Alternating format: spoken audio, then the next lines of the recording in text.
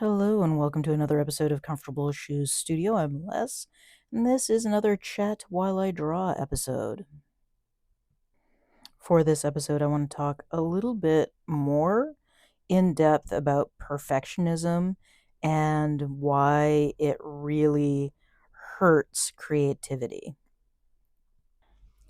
Perfectionism is a huge topic for um, your sketchbook and your art journal and artists in general. Perfectionism, in my opinion, kills creativity. It really hampers your ability to create and be spontaneous and have actual fun with your artwork.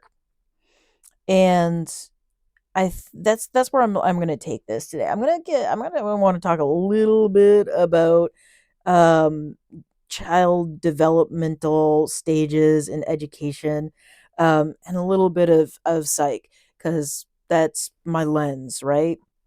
So I started out as an art teacher. My undergrad degree was in art education. My grad degree is in mental health counseling with a specialization in art therapy.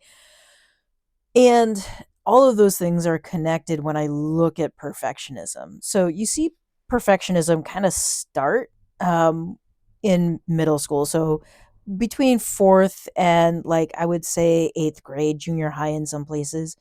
And what you see is a person's physical capabilities, their hand-eye coordination, not really sync up with what their brain wants them to capture on the page. And we all go through this stage. This is, or almost all of us go through this stage. We want what we put on the page to exceed what our capabilities are. And depending on the person, it depends on whether your frustration tolerance is able to tolerate that and work through it. And everyone is a little different with how they work through that. You know, I think some of the most interesting artists are able to work through that frustration, and capture things that maybe are a little wonky or have that style, but we all go through a realism phase. Whether you realize it or not, you went through a realism phase. Every kid in middle school has a moment where they're like, no, I want this to look like what I see. I want to capture what I see accurately, and I want realism, not vibes. Every kid goes through that. And sometimes we get stuck in that. And sometimes, as we're working in our art journal or a sketchbook, we get caught up in that desire to capture what we see with realism and not vibes. And that's something that I know I have to kind of fight. It's something that comes up in my class. Well, I don't really have a classroom, I have a group space, but in my studio, it comes up in my studio with kids all the time, where I have to have conversations with them of like, okay, let's talk about style. Let's talk about, like, capturing with realism, but also your vibe. And, there are all kinds of different exercises you can do to, like, loosen up and think about, like, capturing the scene with vibes, not realism.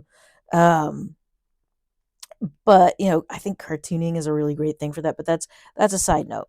Perfectionism kills your creativity. When you get stuck in that, I want this perfect, you're never going to finish. You just don't get there. And so I think we see a lot of people give up on art in those middle school years and not really classify a lot of what we see as art. And I think we diminish art when we get caught in perfectionism. When we diminish art in general, we diminish our art journals, we diminish our sketchbooks, we minimize the importance of what we do through perfectionism. And as I'm doing this voiceover, I'm watching the video that's on screen, and I'm recognizing faults in it. I'm recognizing the top of the door is not, is not working in perspective. And that's perfectionism speaking. Perfectionism is like, well, I should go back and I should fix that. I should make that door so that it's correct with the perspective. And that's perfectionism speaking to me. It's telling me to get back in there and fix that. And that's just, these are practice sketches. And this is one of those things, like, when I was doing a lot of writing, I did NaNoWriMo for quite a few years. And throughout lockdown and COVID, I was doing NaNoWriMo. And it's really interesting to, like, read a lot of what writers have to say about perfectionism and a shitty first draft. That's an Anne Lamott quote. Um, you get in there and you write a bad draft, and then you edit it, and the magic happens in editing. But we don't have that same sort of conversation when it comes to making art. Art, we try to pretend that art is like this magic thing, and that there's not work involved in creating a final art piece. And there is. So, like, these images that I've got on the screen right now that I'm working through, my blob people, those are practice. I'm using those as practice so that when I'm out and about, I'm doing urban sketching, that I can capture human beings quickly. I'm doing gesture drawing. I'm doing those just draw party so that I can quickly capture people without worrying about, like, oh, is this an accurate representation of a person? Because here's the thing, in art, with these, like, blob people, my brain, your brain, when you're looking at it, is putting in all the extra detail. Even now, like, I'm looking at this as like a eighth of my screen, and I can tell that that little blob that I just put on the screen or put on my page is a person, just from the, elongated, carroty, rooty shape and the little dot. It's a person. My brain is interpreting that. And it's because when you look at a photograph or you look off in the distance, that's what a person looks like. They're a little blob, and your brain fills in the blanks. I don't need to put all the details in. I don't need to get out a single hair brush and make that an accurate representation of a person, because my brain and the viewer's brain, your brain, is going to do the work for me. And for me, that's a key component of vibes, not realism. And I say this all the time, vibes, not realism. Yes, I want something, sometimes an accurate representation of the scene to a point. Like, it doesn't need to be perfect. And when you talk about writing, a lot of people are, done in writing and graphic design. People talk about done is better than perfect, and I say this to myself all the time. Getting something done and ready to go out the door, or where I can put my signature on it and send it off to one of my Kofi supporters, done is better than perfect. Like, I'm never going to make an image that is entirely perfect to everyone. And probably never to myself, right? There are times when I'm super happy with the images that I've made. There are times when I'm not happy with the images that I've made, and it's okay. It's okay to move on from a piece. It's okay to accept that it's not going to be perfect.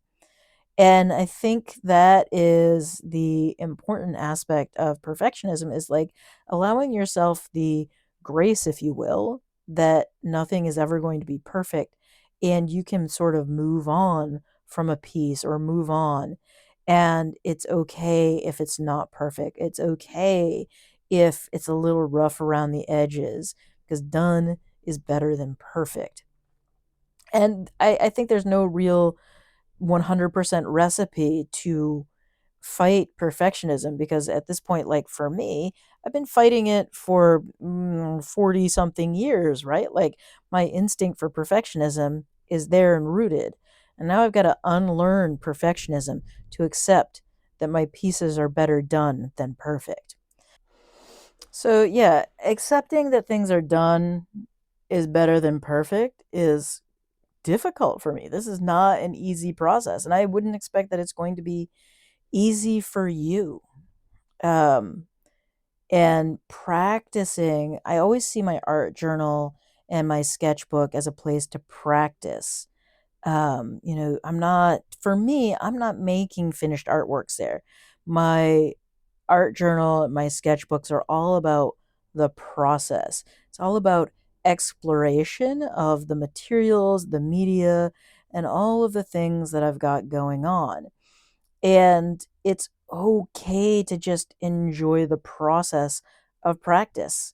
And yeah, with that, I'm going to say thanks and I'll catch you next time and bye.